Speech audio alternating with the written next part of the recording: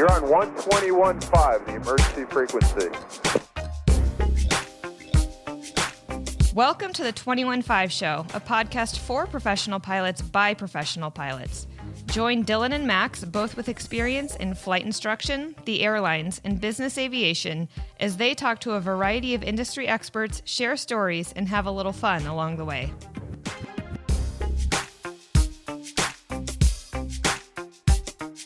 Hey folks, welcome back. It's another episode of the 21.5 Show. I think it's number 53, but I have 52. Idea. I have 52 written on the notes, but I think I'm wrong. You want to hear another good number, an encouraging number? Yes. 150. That's how many pilots NetJets is going to hire this year. Wow. Yeah. So lots of continued positive. It's amazing how things turn around. This is crazy. And then, did you see? I texted this to our group text the other day. GoJet's hiring direct entry captains. Did see that. It's just like, it's great. This is good. What planet are we on right now? That's right. Run out there. The shortage is coming back. I love it. Folks, it's 21.5. It's the show for professional pilots by professional pilots. Welcome back. Dylan's here. And Max. Lots to get to today. First, we got to talk about more donations. I've sold 2 more tumblers.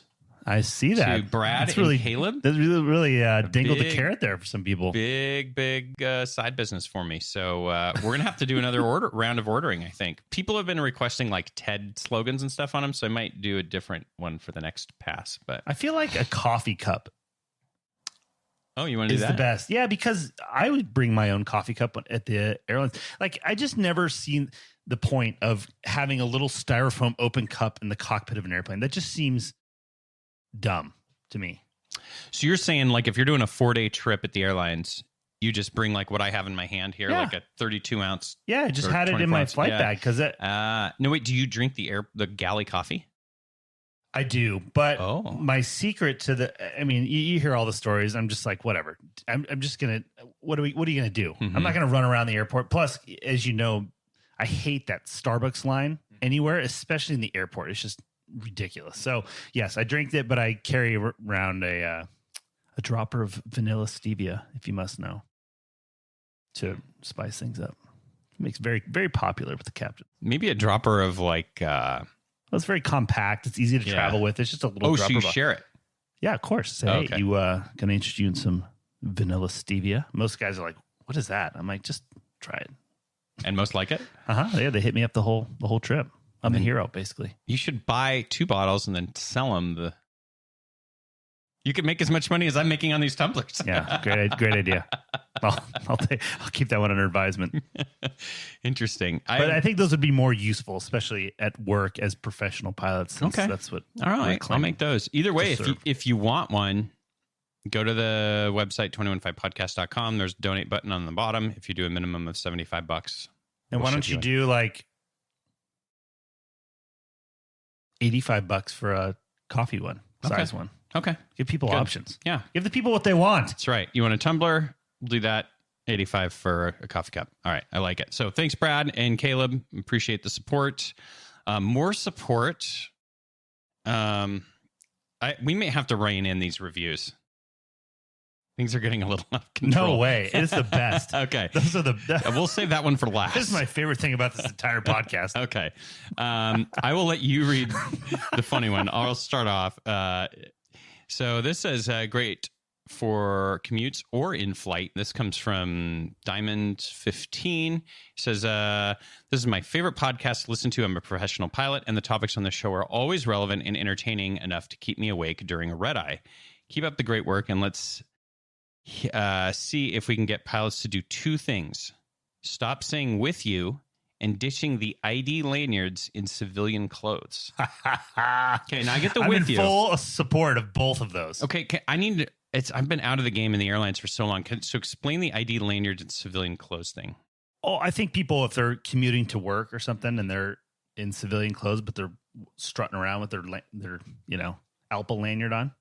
Oh, I got with their ID and their I see. Their accoutrement of whatever cards they like to display on that said lanyard. The temperature conversion card.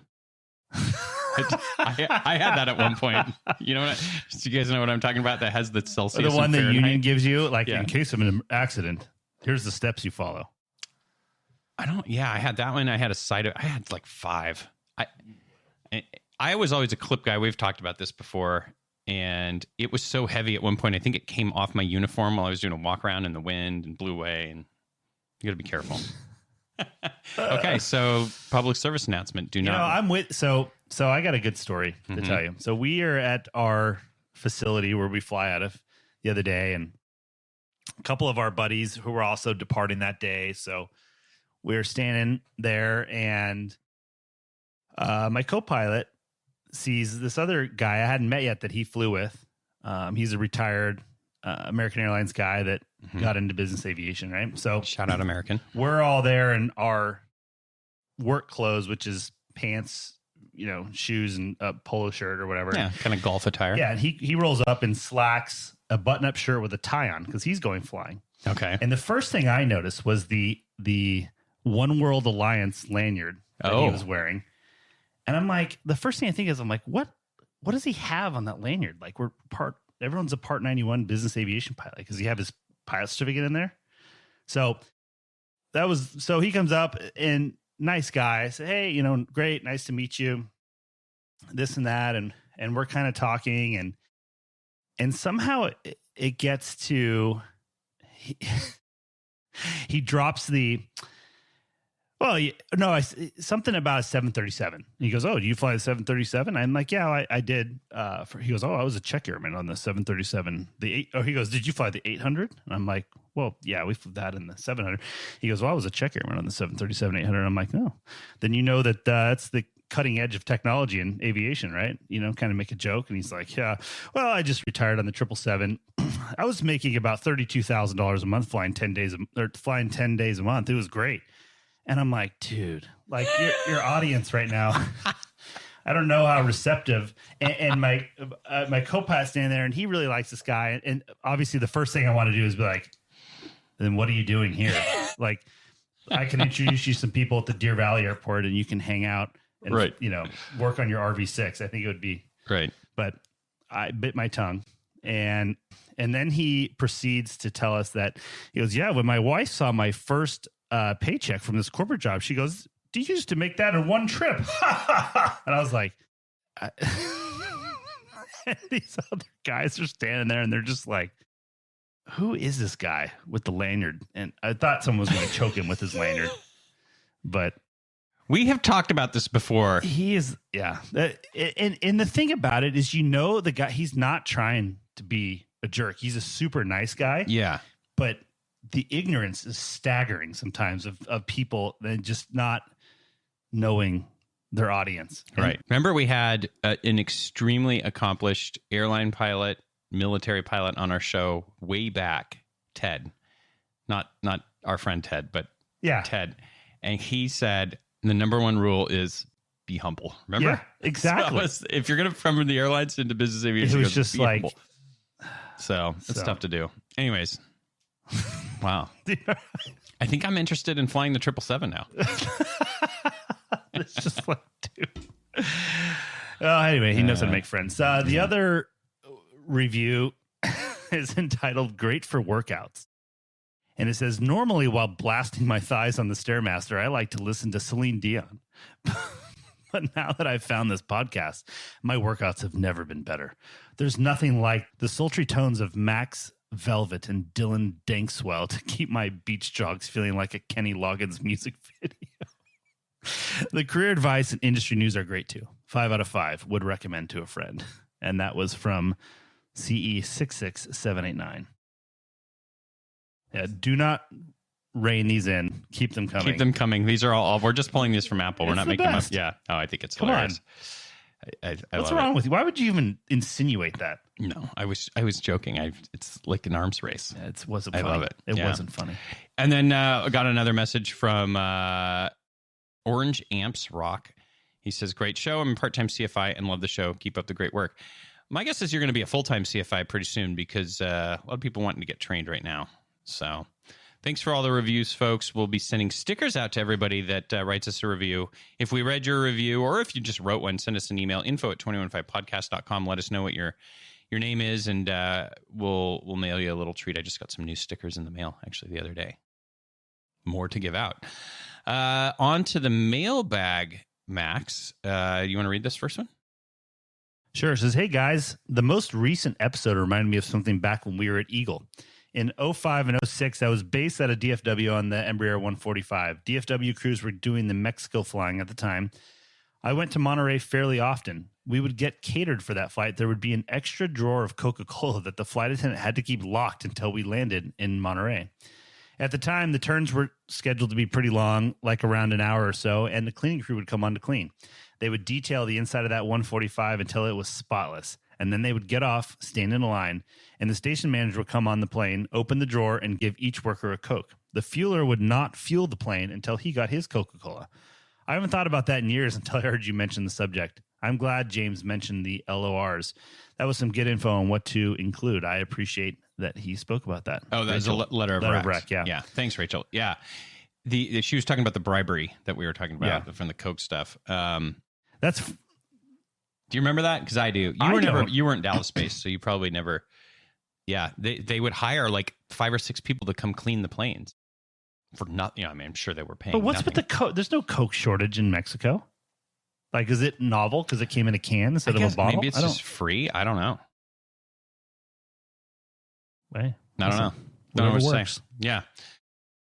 We got another email from Max D. He says, like your program, it is very informative and fun. I listened to your last episode. It was great. By the way, I just got my commercial license. It took me several years to get due to financial constraints. He was doing his private when 9/11 happened. And it's hard to think that there is hope to get a job in the industry. Well, I don't know. Is this a 2 weeks old? Yeah, now it's 2 weeks old. Things really turned around. Yeah. So I wish maybe in the future you could have a program and talk more about what kind of job opportunities there are for pilots with low hours to gain experience besides becoming a CFI. Maybe also talk about the flight training and the 1,500-hour requirement that, to him, makes no sense thanks to the Colgan air crash. Anyways, keep up the great show and the good work. God bless, Max D. You know what's interesting about that? So what do you think about other jobs besides being a CFI?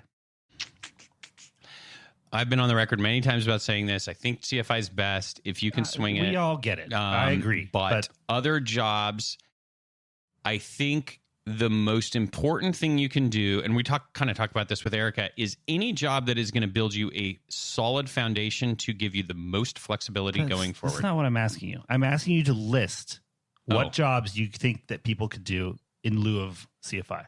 Oh. With extremely low time. I mean, like parachute jump pilot. Okay. Pipeline patrol. Mm-hmm. Aerial survey. Okay. Fish spotter. Okay. Trying to think what else. My point is, every single one of those jobs that you mentioned, except for the skydiving, I think is going to be replaced by a drone. Oh, that's a good point. It's hard to give you bait sometimes. Dum, dum, dum. You get it all philosophical on me. I was just asking for a list. Yeah, that's a good point. But that's my point. Any of these really low time... Traffic watch. Traffic watch was one of the ones I was thinking of too. Mm-hmm. So I think that a lot of those really low time where you're flying around in a 172 kind of jobs to patrol, if you will, are going to be replaced by UAVs. That's a great point. So I think that that's a really good idea, but I think that the opportunities are going to become more limited for that sort of. So you're just telling Max to get out of it? No, I'm just saying. It just made me think of that when you read that. I'm like, all those really initial jobs that they had, I think are going to become fewer and far between. Yeah, that's a good point. I hadn't thought about that. So little something to chew on there, Max. But definitely, if you can swing it, CFI is what I would do. Yep, it'll be the best experience for you. I know it'll be a lot of work, but it is worth it, in my opinion. Okay. Time out to mention our sponsor, Harvey Watt. You know them as the largest provider of loss of medical insurance, pilot life insurance, and probably one of the most valuable things is all of the consulting they provide to their clients. Yeah, and we just talked to their new medical director, who's recently, was recently retired from the FAA as the federal air surgeon. Real recent. He's on staff there. That interview is going to be coming up. Remember, we asked him some sort of question. He's like, "Oh yeah, I just got an email back from the current flight surgeon." We asked him the clarification. I was like, wow, it was like literally like 10, 15 minutes. 10 minutes later. So they've got access to the right the FAA people. Can do things quick. Exactly. Just got to know the right email address. So anyways, harness all of that power and connections for yourself. Your airline might provide you loss of license insurance, or if you're a corporate operator, you can get it through your employer. You can even have them pay for it. And if you're a chief pilot, I think now that things are turning around and you may find yourself back in a retention struggle, things like that, this is the time to get ahead of it and call our friends at Harvey Watt and pitch the loss of license insurance for your corporate flight department, because that is always something that is mentioned when people are deciding whether to stay in business aviation go to the dark side of the airlines. That loss of license insurance was a factor for me, and it is for almost everybody else I know. Yep. HarveyWatt.com. All right, flight advice. So I'm really into cryptocurrency right now, and I watch a lot of YouTube videos about crypto. And every single video starts off with the guy being like, I am not a financial advisor. This is not financial advice. And I feel like we need to come up with our own. Just like every time we have an attorney that comes on, this is not legal advice. Yeah. This is not a client-attorney relationship that we're forming. Like this. Yeah. So this is just our perspective. Every situation is different. Jeez, what is this one? I know. Is this serious? No, it's long. But basically, we'll start off here. Regional pilot that needs some advice. He says, I work for a well-known regional carrier as an FO. I side hustle in corporate flying a few different aircraft, all Part 91. I was due to upgrade at the airline, then COVID hit. Happy I still have a job and no complaints, but as you know, regional QOL, which stands for quality of life, is tough. I have a newborn baby and my wife is the breadwinner and will go back to work soon. With a new baby, I want to be home more, so I don't have any desire at being at the regionals any longer than needed or ambition to go to any appropriately paid airline. 91 corporate is where I want to be, but hey, if the legacy calls tomorrow, I would still go.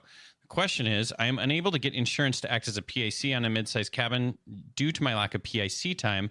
I am building turbine PIC time on a light jet now, but hours come slow in Part 91. My question is it worth hanging on to the regional and wait for the upgrade to get those turbine PIC hours and break all the glass ceilings? If it makes any difference, I came to the U.S. to start flying from Australia, so I have a new family and no support network, which makes it difficult to be away from home. So, PIC time, turbine time. And the last one is valid too. Last line of his letter. Perhaps there could be a discussion about the value of PIC versus turbine time. I think I recall Ted saying he never got any PIC time and he was at a legacy. Let's start there. Well, that's not true because Ted was a captain at the regional airlines. Our buddy right. Ted. Yeah, that's right. So.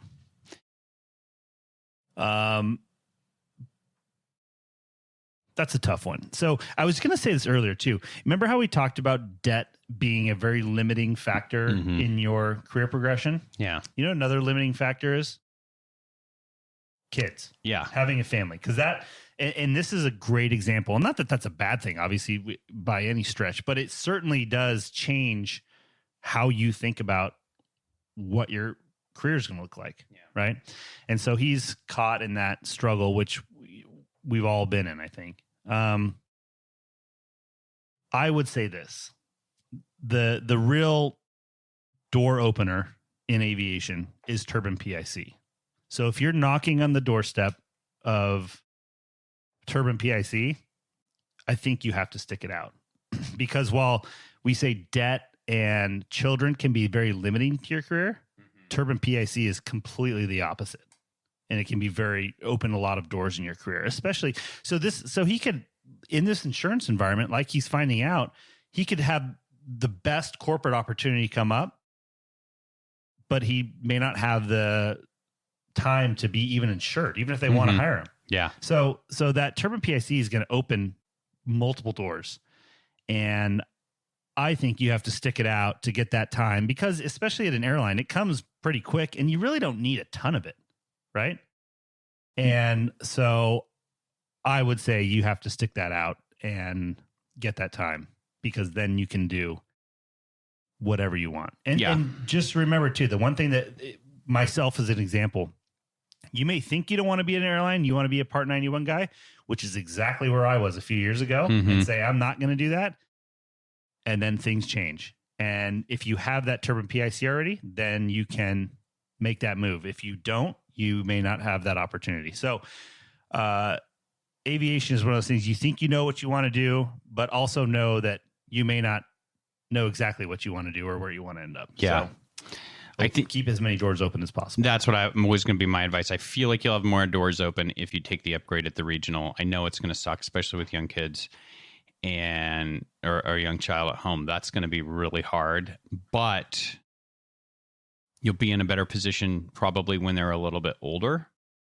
The new baby is tough with the child care, but I have found personally, like when they're at when my kids were maybe more like 4, 5, that's when it's to me was like they're more aware that you're gone. For if that sure. makes sense. Yep.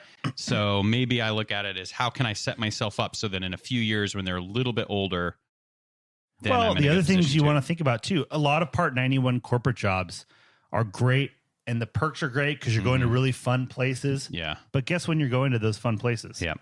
On the weekend. Mm-hmm. And that may be hard for you, Part 91. And then you realize, oh, well, at the airline, I could fly on only Monday, Tuesday, and Wednesday and be home every weekend at some point. And there's that light at the end of the tunnel. Or maybe it's your current, you upgrade as a captain and you get some seniority, then that's a reality. So that's our advice. Yeah. Now, if you need to sell this to your wife, have her reach out to Dylan on some of the socials. He's a big DM guy, and I'm sure he'd be willing to hold a long conversation and win her over. Thank you. I will. Do not do that. What do you mean? You're such a great negotiator. I think, your point there is the best of all. You don't know what it's like to have kids that are in school and sports now, and all the other activities they have, and it's hard to gauge the importance of weekends off. That's the perspective that I got between my 20s and my 30s, I would say. Because you always hear at the airlines, oh, I got weekends off. And, when you're young, you're like, well, whatever. You don't really realize why that's so important. Especially you say your wife's the breadwinner. I'm guessing she probably has the weekends off too.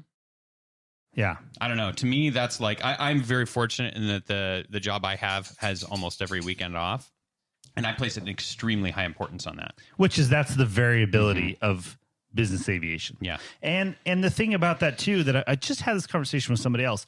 The thing about business aviation is it can be so awesome, but the rules can change. Yeah. Just like, instantly in the drop of a hat. And that could be with the schedule. That could be the job going away, the airplane being sold, your pay being cut because COVID hit and you really have no other options besides to take it. Where at least at the airlines, the rules are literally on paper and they cannot be changed unless there's a very defined process that takes place. Yeah.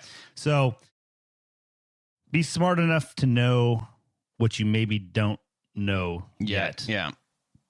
But get that turbine PIC and then at least you'll be in. I think you're thinking about the right thing. So I think he's sure. So I think it was a great email. And this is why I picked to read this because I think it's relevant for a lot of folks. It is. And I think the one thing that I didn't really anticipate as a young pilot was how my needs and what was important to me change a lot based on my family dynamics. Mm-hmm.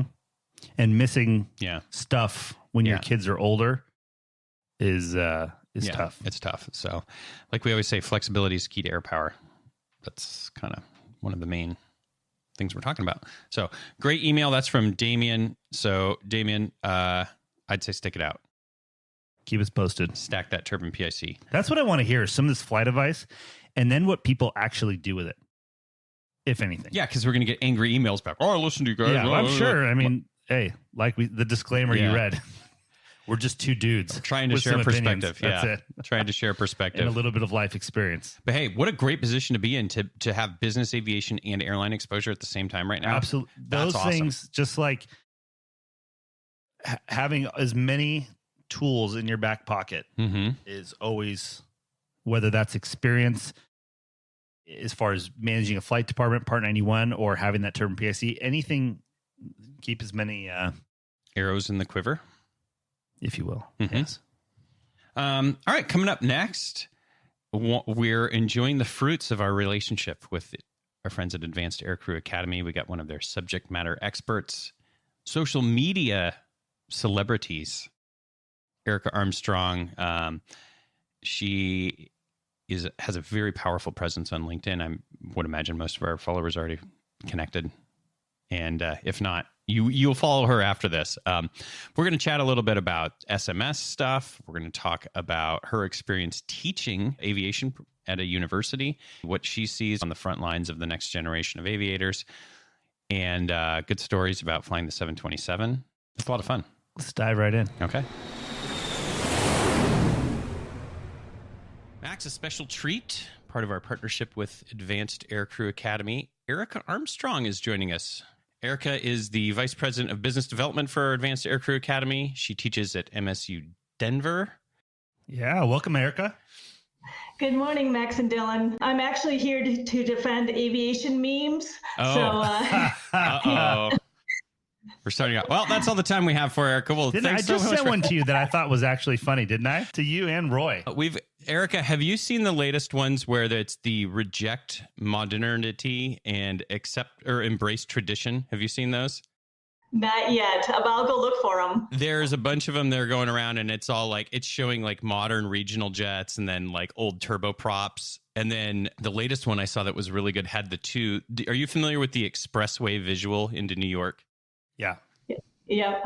They just replaced it with like an RNAV one. And so everyone's really upset about that.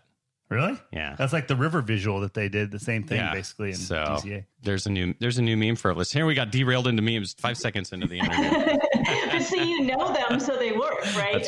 That's right. That's my point. Exactly. Well, welcome to the show, Erika. We're certainly excited to speak with you today about a number of things. Number one, we were chatting with Dan over at Advanced Aircrew Academy, and he mentioned a hot new topic for folks to be aware of, and that's SMS programs and Part 135. I was just curious if you could kind of give us a little update on the latest regulatory information.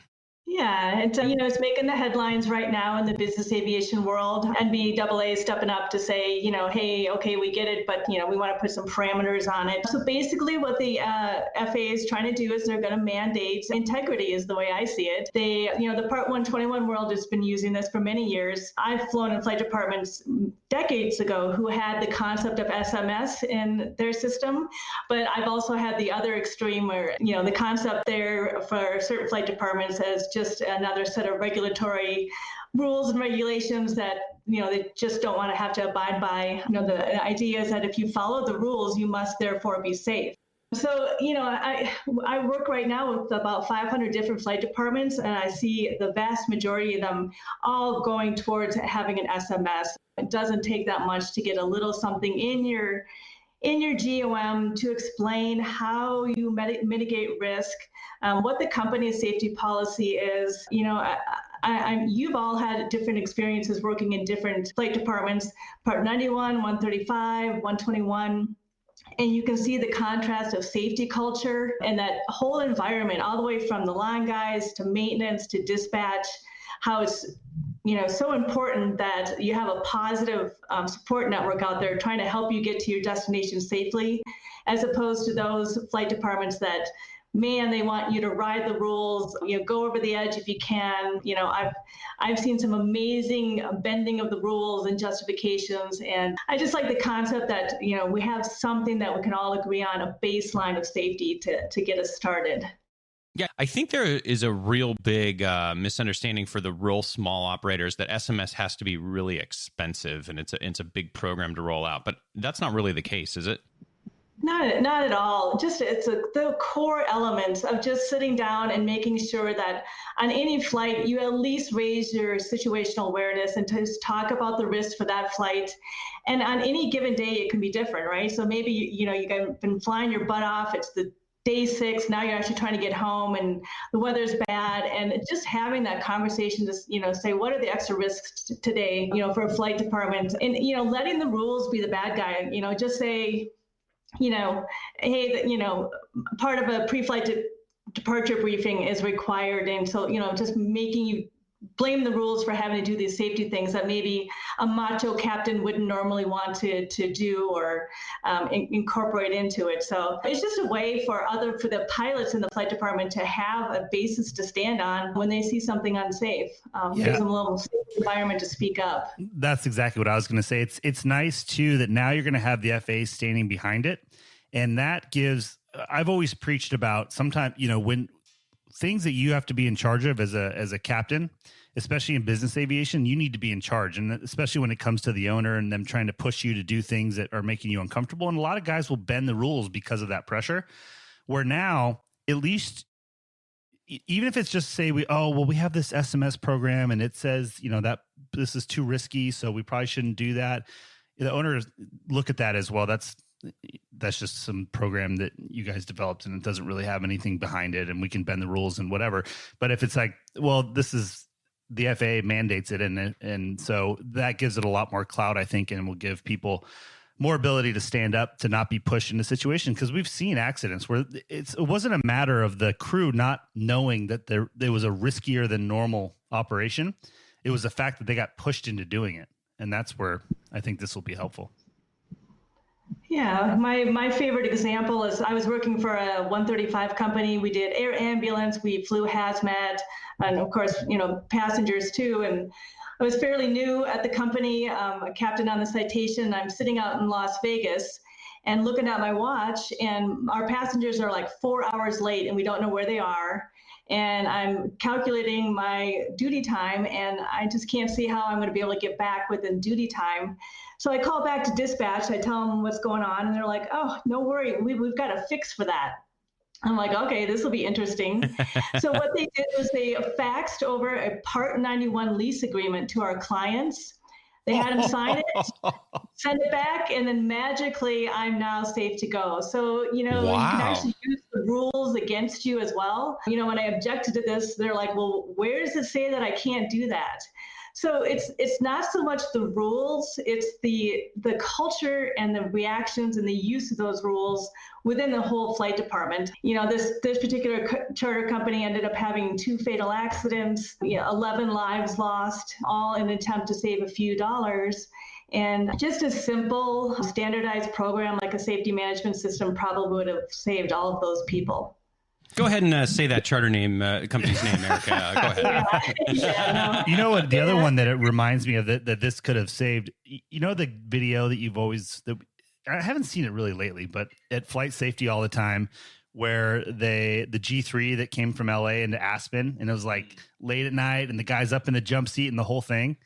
That was just a pile of mitigating factors that SMS probably would have identified. Yeah.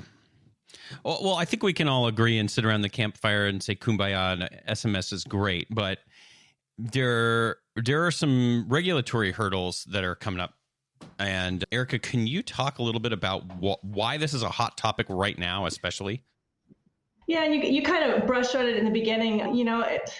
When we pull back and look at it, we're looking at integrity, right? And are more rules and regulations going to actually make pilots have safer decision making? And so the answer is no, it's not. Of course, I don't care how many rules you put out there, it's not going to make a difference.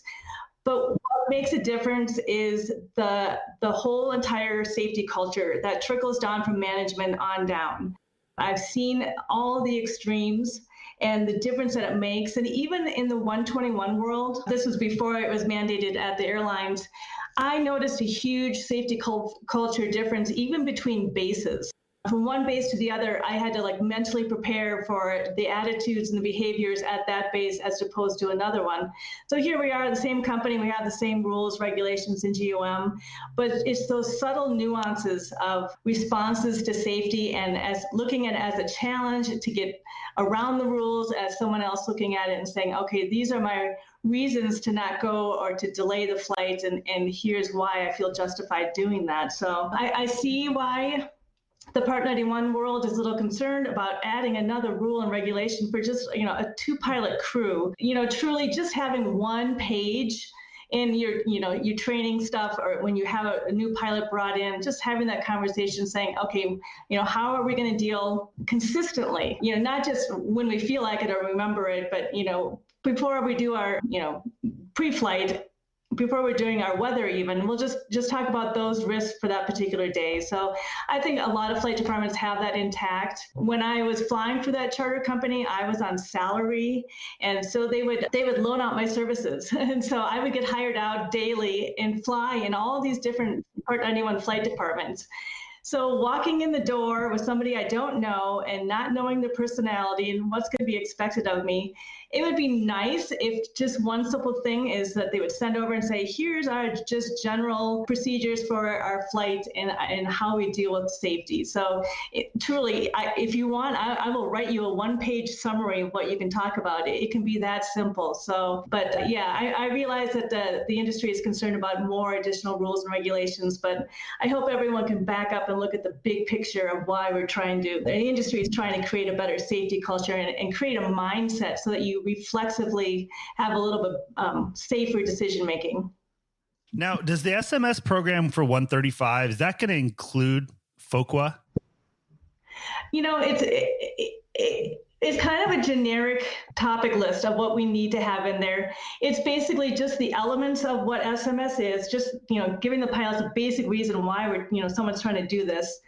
Just a statement from the company saying what their safety policy is. That's just showing you that management is on board. I worked for a company that was new to this, but the management was fanatics about being safe, almost to the point where we could hardly accomplish our missions. But still, it was such a joy to work there. They would ask your opinion. They didn't ever push you. They wanted to hear what you honestly had to say. So it was a nice trickle-down theory on that. So it's just, the safety risk management aspect, the safety assurance, how can you speak up and make sure that you're not going to get punished? And then maybe incorporating a little bit of a safety promotion in there. I worked for a company that had a fuel burn list. It shamed pilots for burning more fuel than somebody else on the same route. But it backfired because all the pilots were trying to burn as much fuel as they possibly could because they thought it was, a challenge to get on the list. So some sort of documentation, to track any issues that consistently follow a flight department, and then just maybe offering up a scenario to your pilots, what that looks like. Give them an example of a day that you may be challenging the rules and some examples of what they can do to mitigate that challenge that day. It's funny because when I think of SMS, and I wonder in your experience, Erika, if you see this with the departments that you work with, when I think SMS, the first thing I think of is the frat, the filling out of the risks and then getting the number, and it goes, oh, you're a 24 today or whatever. I'm curious, do you see in your experience a lot of pushback to that, or do people kind of embrace it, or they just they see it as just a necessary evil? Yeah.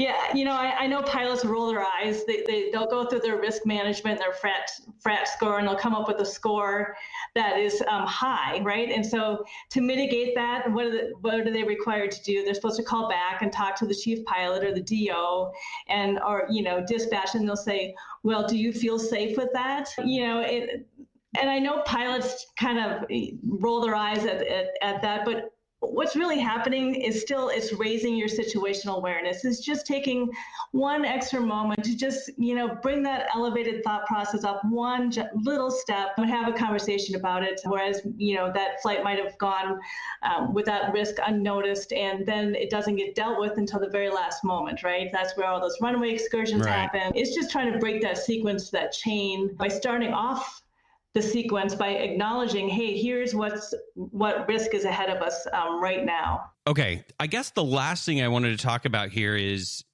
it looks like there's potentially could be a backlog with this SMS requirements, right? And that's why this is such a hot topic. Have you heard anything about the approval process and how that's all going to work?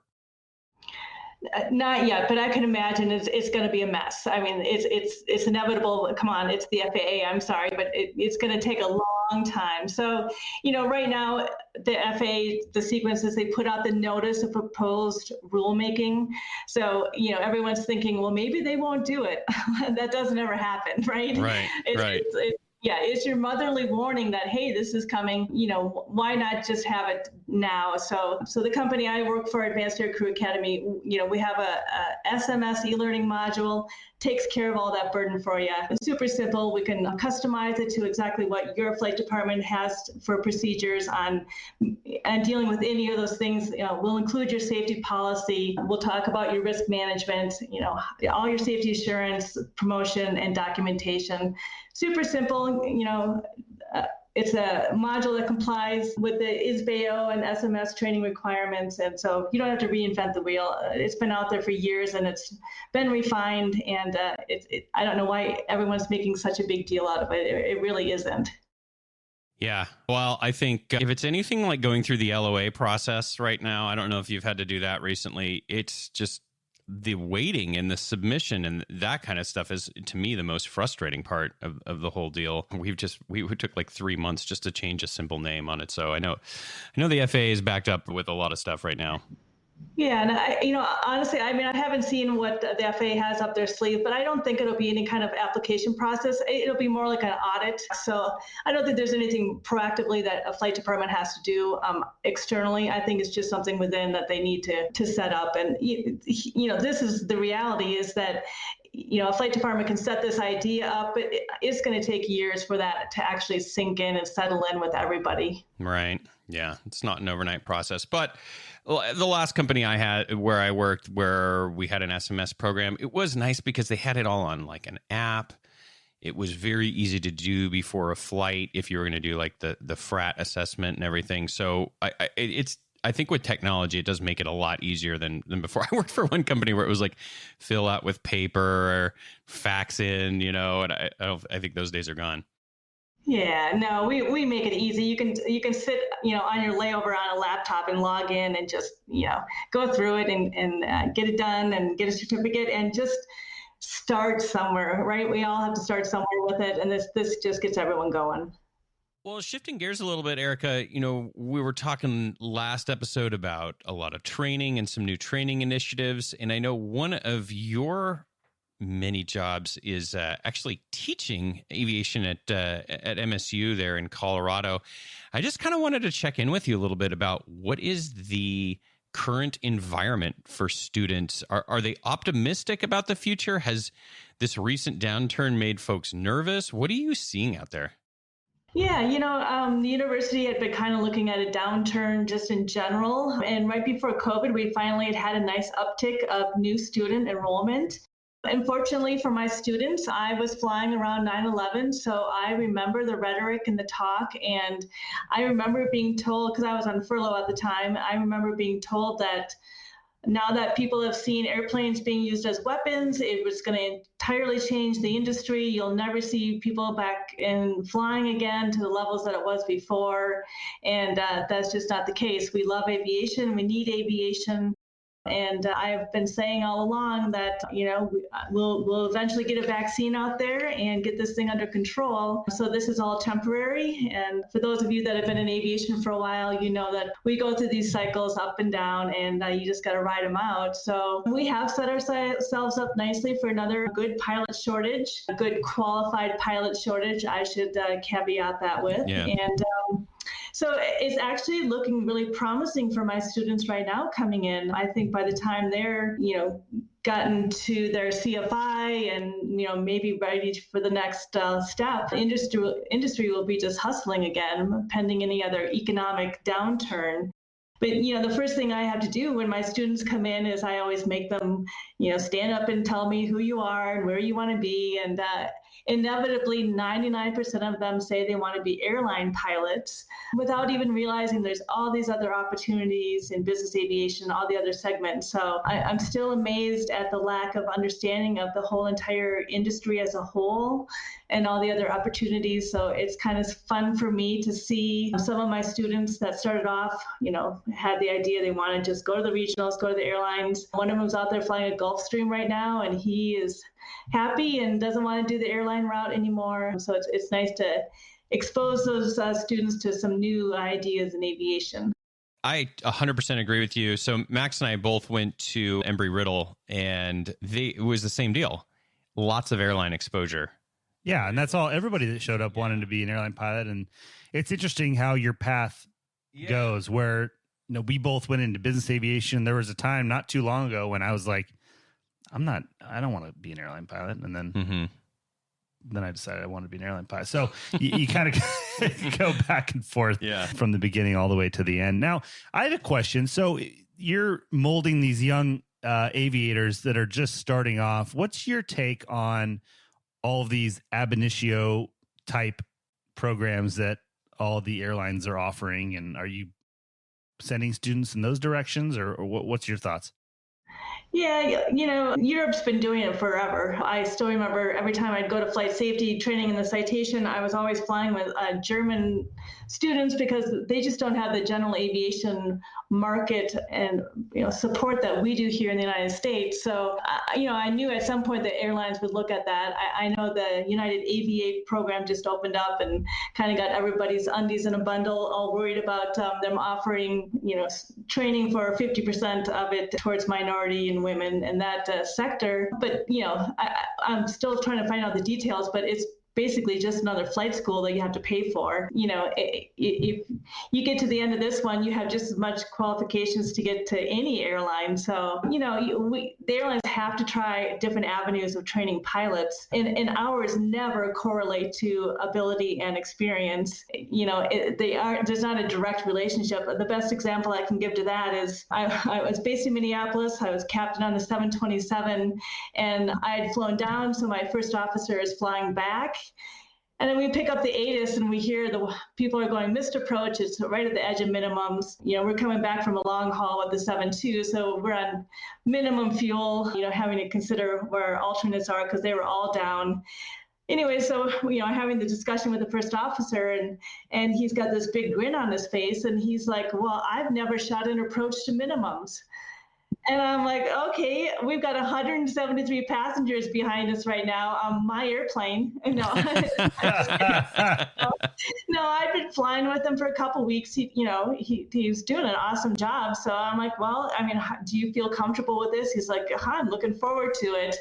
And, he did an awesome job. So, it's amazing that you can get to that level of actually flying an airliner and to never have that actual experience. But he had a ton of time, a ton of flight time, ton of everything. So it's that well-rounded pilot, right, that I'm trying to encourage my students to try all the industries first before making that final decision what your big long-term goal is, and then work your way towards that, but also enjoy it in each segment that you're at the time. Yeah, that's great advice. That's what we have always preached too, is there might be a faster track if you want to be an airline pilot to, be a flight instructor, get on a regional with as little time as you can, and then wherever you can upgrade the quickest and then get to that major airline. But we've always said that just sounds like a really boring career path.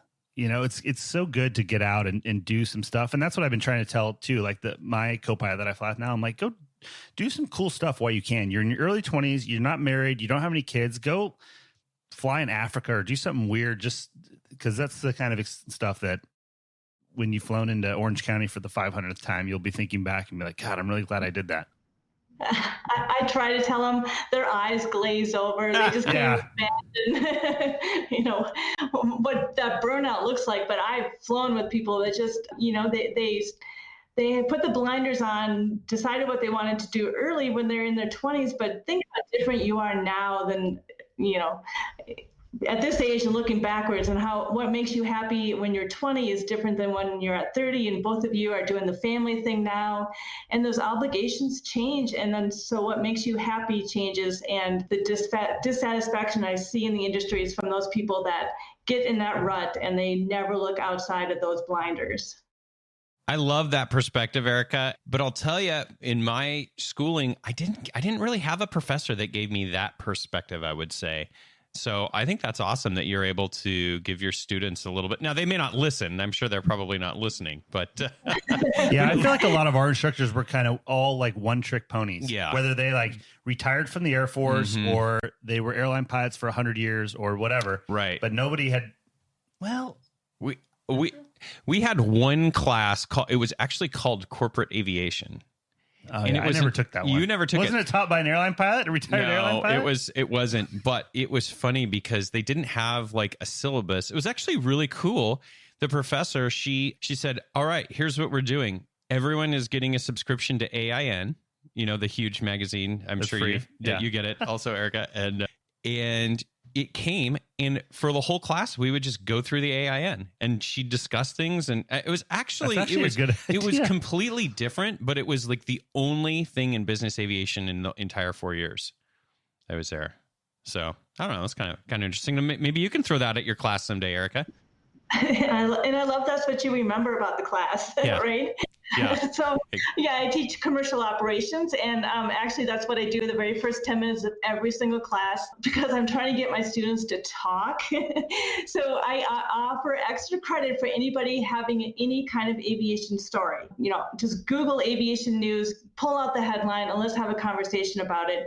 So it brings it down to a more relatable level that we can talk about right now, what's happening, who's hiring, what are the things that we're seeing in the market. So I try to do that same kind of thing and bring it down so it's not such a intangible goal to reach. I know exactly what I would do if I was in that class. I'd pull up the article about them testing these autonomous cargo airplanes and stuff, and I'd be like, so do you think this is a good idea that we're here and going to be paying for all this flight training when this caravan just delivered a load of stuff by itself? That is so funny, because that honestly is the things that they bring in. But it is a great conversation, right? We're never going to not have pilots. There's a certain personality that's drawn into the industry, and that need and behavior will be necessary no matter which industry we're dealing with. So, business aviation might go higher and faster and supersonic, and there's amazing things that are in the future. We'll never eliminate pilots, but what it means to be a pilot might change over a couple lifetimes. That's really well said, because I think that's kind of the perspective that I share, is that it is going to change. What we have now, I don't think the next generation will be the same. A couple other questions, Erika. You mentioned the personalities of students. Have you noticed any trends that you see in students? When we talk about diversity, I don't think people think about personality so much. I know aviation attracts a certain type of person. Have you noticed some specific traits that the majority of pilots share? Yeah, and so this goes back, I just so you have the backstory where this interest came from. So first of all, I'm adopted. So I've spent my whole life looking at nurture versus nature. How much of you was innate, what was born in you, and what is your environment? How does that shape you into wanting to go into aviation? And then the second thing that happened when I got hired at the airlines, I didn't get to fly. I was a flight engineer. And so I'm sitting back there. It was a great place to learn aircraft systems, but I was bored. I wanted to be flying. And so I kind of used it as an opportunity to observe my captain and first officer and look at how they communicated, look at that CRM, what worked during an emergency, what didn't. And we're still here, so it worked on a certain level. Plenty of emergencies on 727s, I imagine, back then. You had plenty of practice, right? That was just daily, yeah. We never came on board without an MEL. Yeah, it was a good day when the autopilot was working. But, it's those failures that make you learn the systems the best. So, for years I've been watching, what draws people into the industry with that concept of why don't we have more women in the industry? Why is that percentage still what it is right now? And so in my classes right now, I still only have usually about 3 women out of a class of 25. And even those people in my class, some of them want to do air traffic control. Actually, I do have an A&P in my class right now, and that's very rare. And one, I had a helicopter pilot, which is rare. But we still, do not see that, even though that we do have opportunities and some more scholarships out there, we're still not seeing a lot of women come in. But I have to laugh because I posted the Aviate initiative that United was doing, and I knew as I posted it, it was going to generate conversation. Okay. Yes. So I didn't put any opinion on there. I just posted and shared the news. And I just don't think people see the irony of the long list of hatred of comments for the exact reason why we are creating these programs, right? So, I'll caveat this with 95% of the people I flew with were respectful. The misogynists were few and far between. The ones that I did have, they were completely terrifying. The reality with those people is you'll notice that they're just jerks in general. Yeah. So the lack of emotional intelligence that comes with a type of misogynist type of view, you just see the complete character lacking. But it's kind of an odd thing, but I think one of the barriers that is keeping women and young girls out of even thinking about it is this ego that is required to be a pilot. And we kind of tag that with a bad connotation. But it's that self-talk and self-awareness and your confidence that you're going to get in this airplane and that you know that you can get it to its destination no matter what happens. And so confidence for a lot of people comes later in life. And at a certain point, we've already lost them after they've picked another career because there's so many choices out there now. So I think it's important for us to back up and have more people going into the schools when the kids are like 6th grade. I grew up in the Midwest. I remember career day for me meant that the boys went in one room, the girls went in another room. And I remember sitting there, somebody showing us all these opportunities that we could be librarians and work at grocery stores and secretaries. And man, the idea of being a pilot didn't even exist for me until I was in college. So at that point, it's hard to draw people into that path. So yeah, definitely a lot of characteristics, situational awareness. It's funny because I have, friends that just can't parallel park a car. You wouldn't think that would be a part of a brain thought process and a synapse sequence, but it is. And some people have better ability than others. But and then also I have to, because you guys are a perfect example, it's using that element of humor to open up conversations and to have a meaningful discussion about sensitive topics, but using that filter of, balanced perspective and using the humor and laughing at ourselves about the things that we do in this industry. So you kind of answered a little bit, but I was going to ask you, as a successful female aviator, do you think that the number one barrier for women in aviation is the ego perception, or do you think there's something else that even supersedes that? Well, so I can only speak from my perspective and what I've saw growing up and then looking back as a teacher now and seeing people coming in, is that there has to be a tipping point where you actually think, oh, this is actually something I can do. So, for me, of course, this is 30 years ago now. I had never heard of a woman pilot. I had never met a woman pilot. It just wasn't in my mindset whatsoever. That felt like something that other people would do or could do. So, but there has to come a moment where you say, hey, this is actually something I can do. So I ended up in aviation. I always say I became a pilot by accident. While I was in college, I was working 2 jobs. I didn't have enough money to pay my rent and tuition and everything else. So I was just looking for a job that fit in with my schedule. And of course, aviation is 24/7, 365. So the airport had a job with some really crappy hours. But that was perfect for me. So it was just working the customer service front desk. I didn't even know what an N number was. I didn't know there was a phonetic alphabet. And I walk into this busy FBO and instantly in this whole other world and smells and language and personalities and just a whole sector of the United States that is unique to what aviation draws to it. So I just started meeting the people in the industry. And after 5 o'clock, all the suits would go home. And so the line guys and I, we'd hang out while we're doing our paperwork, and they were studying for their written exams, and I was helping them and asking them questions. And there was one day where I was actually answering one of the questions for them and explaining it. I'm like, wait, what the hell? If I could figure this out without even trying. It sparked a moment of curiosity where I went next door, I took a flying lesson, and that's all it took. So it's just trying to create that moment where we can put that idea in somebody's head. And, it's getting better. Change takes a generation. So, we can shake our fists and complain about it, but, it's better just to actually step out and do something about it. So I go into all the STEM programs and I just talk about it, talk about the fun and the challenges, and just put that idea in their heads. So we'll see change. It's just, you can't create a pilot in a year. It takes 8-9 years before you actually have a pilot in a visible position. So I think you'll see in a few years from now those numbers starting to tick up. But it just takes a consistent effort, and I think the industry is doing a good job now to do it. Yeah, I think it's so fascinating. The more that I get involved and the deeper into my career I go, I just love studying the personality stuff. And me personally, I'm a big fan of like the Enneagram and other types of personalities like that.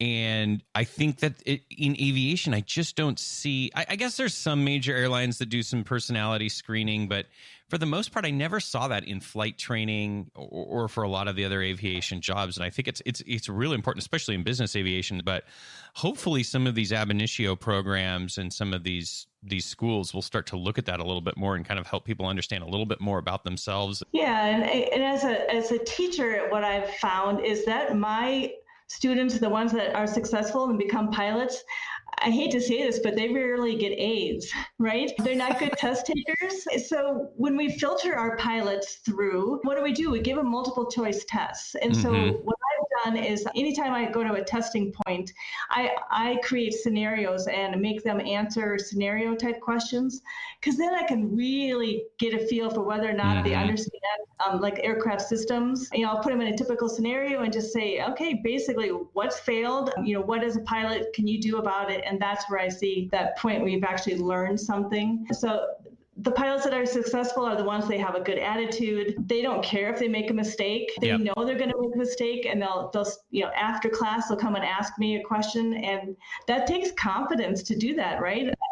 Teachers are scary, so to be able to say, hey, I don't know something, show me how and to make this right. That one little thing makes a difference. And I think too with that personality traits, and I think what it does is it's not necessarily whether you're going to make it or not, but I think that if you have a certain personality and certain traits, it makes it a lot easier. Because I think having students and stuff, we saw people that just struggled and had to work so much harder than other students, whether it was just natural flying ability or the confidence to make decisions and like navigate on a chart. I mean, I remember I had a student that she just couldn't divert and navigate. And it's because she had no self-confidence in it, and just took her up and like, look, this is not, here's what we need to do. Here's 5 steps, write it down, follow the steps. And then as soon as she found the waypoint, I'm like, yeah, great. See, you can do it. And then she's like, oh yeah, I can. And then there was no problem. So just certain people have these barriers that make it a lot more, and they have to work a lot harder. But a lot of times those people end up being the best aviators because they had to work harder for it. And a lot of times you appreciate things a lot more when you've had to work super hard. Yeah, absolutely. You caught on that nuance right there, right? You stick up those barriers, you do all that self-talk saying, I don't get it, I don't understand, blah, blah, blah. But actually you do, or you do have that moment where all of a sudden it clicks and you learn something that creates confidence right there.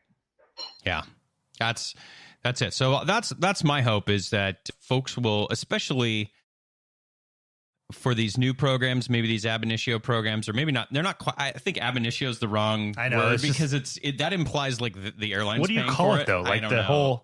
I don't know. My biggest fear with any of these is that people will see, oh, I can be an airline pilot. I just got to sign up. I'm going to pay, $150,000 for this training, and off I go. And that's the amount of research they do. And that just makes me nervous, because there are certain, personalities, and beyond that, like like we mentioned earlier, do you have a flexible lifestyle? Can you move to accept jobs in different parts of the country? Like I said, it's all in the wording of all this stuff. Where we pointed out with United's release with their big controversial news, it said it didn't say we're going to hire 50. Remember, it said that we're going to train. Yeah, which that's very non-committal. We will take your money. Yeah, I'm sure every other flight school will be happy to match that. Yeah, we'll train anybody. Yeah, who pays. So. Research. Sorry, we're keeping a close eye on who's showing up at the Deer Valley Airport. And it's just like James said, and Erika mentioned it too. Details. That's the most important part. Okay, Erika, you are a social media powerhouse. Is that the word that you prefer? Is that what's on your resume? What's the something? I don't know. How many followers on LinkedIn do you have? Oh gosh. Actually, I'm not even sure. It's like 450,000, something like that. Unbelievable. It's amazing. How many followers do I have? 400. Do I? No, I don't know. Probably not. I don't know. So a couple questions. We've been hitting LinkedIn pretty hard for our listeners from a networking perspective, especially during the downturn. It was a great way to get exposure to folks, especially when you couldn't walk in the office, an office or a chief pilot's office or anything and drop a resume off. LinkedIn was kind of the only way to do it. So have you observed LinkedIn being helpful for pilots, or are they just making bad comments and shooting themselves in the foot? What have you seen? Actually, before I answer the other question, I just caught that last little comment there. So actually, there was a comment pulled off of one of the Aviate postings where it was two pilots that were complaining back and forth, using foul language, saying how, something about empty kitchens, completely disparaging. And so it was going viral through all the Facebook platforms. There's a Facebook group for just women only, but it's 11,000 people. I used to do pilot hiring, and social media is a great place to find out about somebody. So I actually pulled a little clip off of there, and I tracked him down on LinkedIn, and I said, hey dude, I'm not going to lecture you about your comments, but I just want to let you know that you've gone viral in not a good way, and I see that you want to be an airline pilot. I said, so I'll let this lesson teach itself, but you need to go back and pull that comment off of there. So social media is a powerful thing, and the irony of it is that I started using it because I hated it. So I wrote a book called A Chick in the Cockpit, and my agent said, look, you are not on social media. You need to start using it. And so I, obligingly started using it. But I thought, well, if I'm going to have to do this, let's use it for good. Let's get some faces out there besides the Kardashians to follow, and let it be okay to be a nerd and to talk about technical things and have some fun with it, and create it so that we can have some fun and have dialogue and some good conversation to come out of it. So my background is journalism, so I get to combine 30 years of aviation stories along with some writing, and this is my way of giving back to the industry and starting to introduce aviation to girls, young women a little bit earlier. So that's why I use social media the way I do, and got to have some fun along the way while we got some conversation going.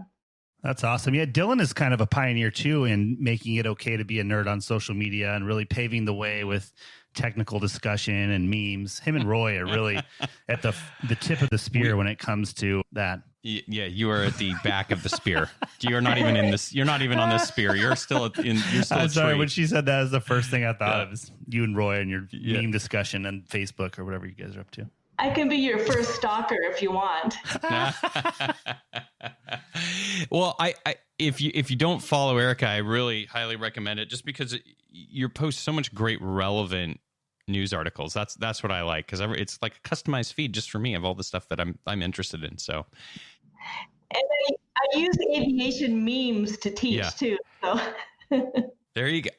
Maybe maybe we enroll you in her aviation meme class.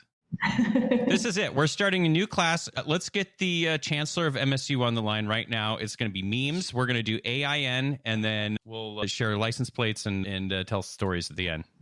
Let's do that. Sounds good to me.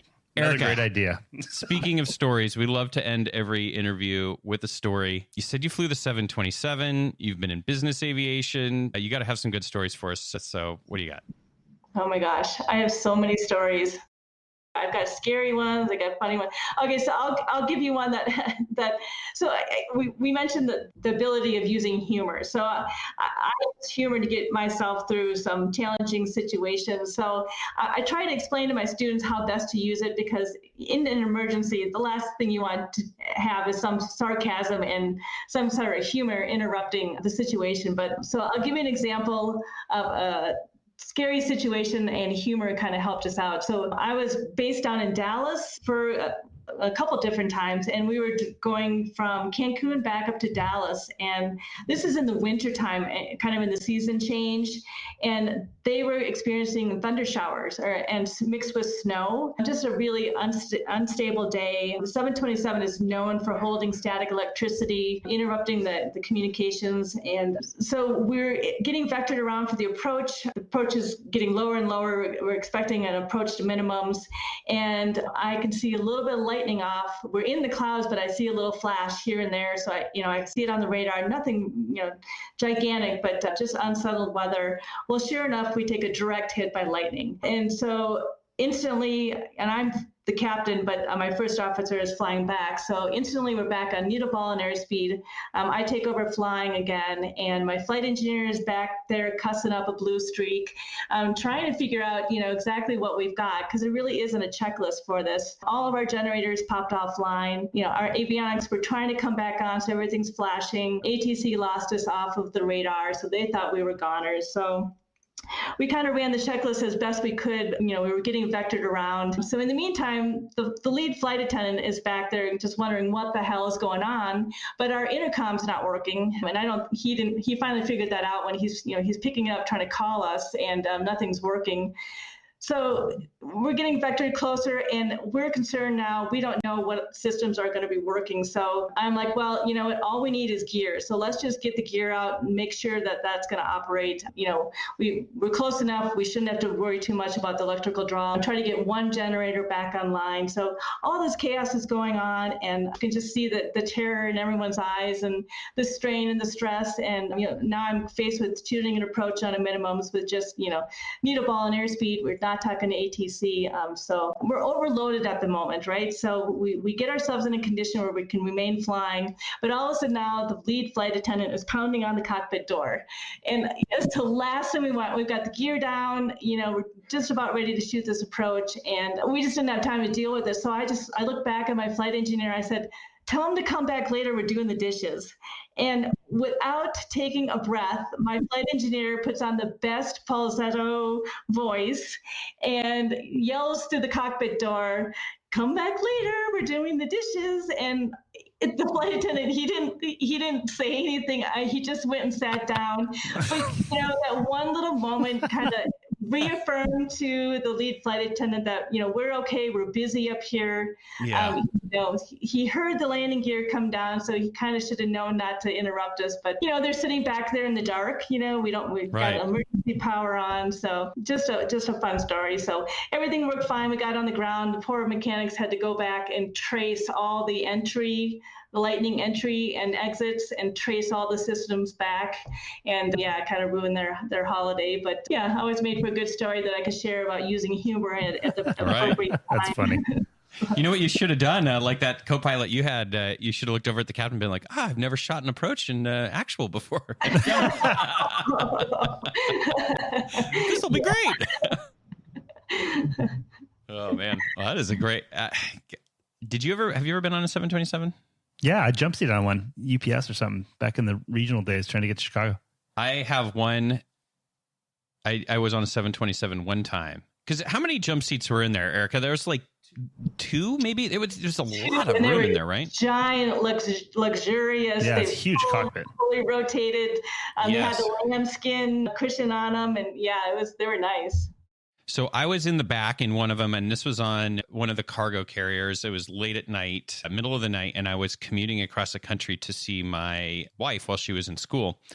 And so it was maybe 3 a.m, and I'm sleeping in this jump seat in 727. And I wake up and I hear, pull up, terrain, pull up. And then the airplane pitches up and we start climbing. And I'm like coming to my senses, trying to figure out what's going on. And we're at like 25,000 feet and climbing. Like we're going to like South Carolina. So there's nothing out there. And there was some terrain, the GPWS just had a malfunction and it wouldn't stop saying that. But it just freaked everyone out because I thought they did it. I thought they did a JIPWIS test as they initiated No, climb. they didn't scare me or anything. It actually was going off. The flight engineer was brand new. And the thing just wouldn't stop. So the captain and the first officer are busy doing like an emergency recovery, like they should, because they hear From it. 25,000 feet? Exactly. It was crazy, but they didn't know. Like it was just Nepal? Yeah, exactly. And the flight engineer is like scrambling, and the captain just starts yelling. He goes, "Pull that circuit breaker!" After a minute of this thing just not stopping, and the flight engineer throws me a flashlight, and he's like, "All right, let's find this thing." And like I ended up finding it. I'm like, "I think this is it." The captain's like, "Pull it!" You pulled it? I woke up a minute ago. I was so disoriented and shut it off. And the system was wrong. The system just had a malfunction. Flight engineers learn really quickly that you can press the stick shaker. So when you see your captain falling asleep, you press that button and it shakes and wakes them up. Oh, really yeah. fast. The fire warning is always a good one, too.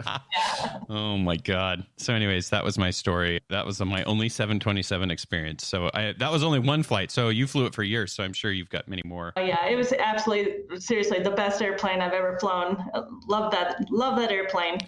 It's funny, and I bet you mentioned this to your students, and I know Max and I probably have the same thing, is like looking back in our career of all the different airplanes we've flown, it's always the older, more complicated, more temperamental airplanes that, at least in my experience, I look back more fondly and be like, man, I really miss. G3 is the greatest thing ever. Right. That airplane.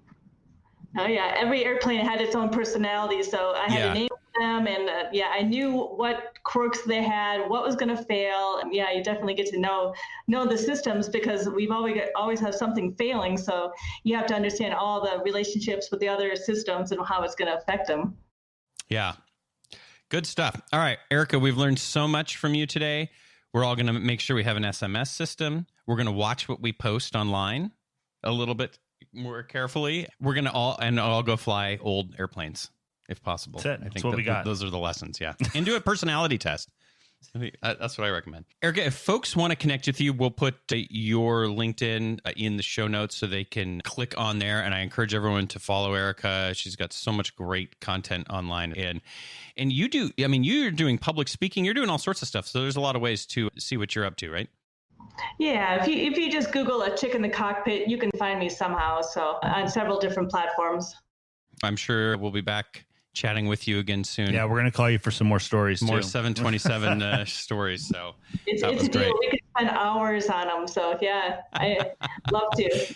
Why haven't you made a 727 meme yet? Oh my gosh! Oh, I just did one the other day.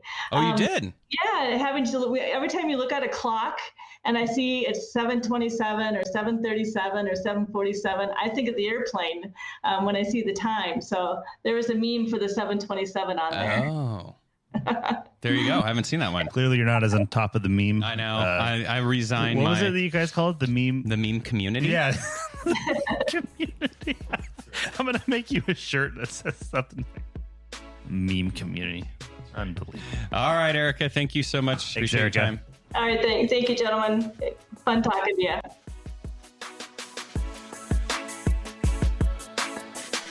Run, Don. All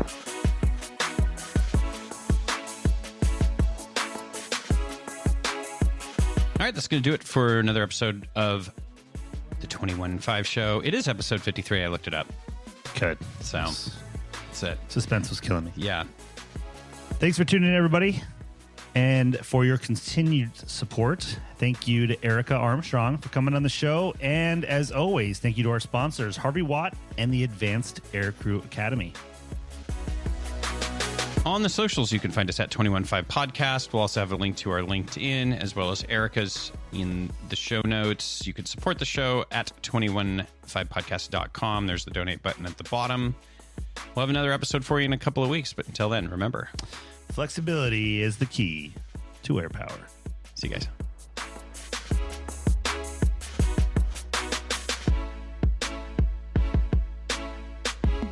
Granddad.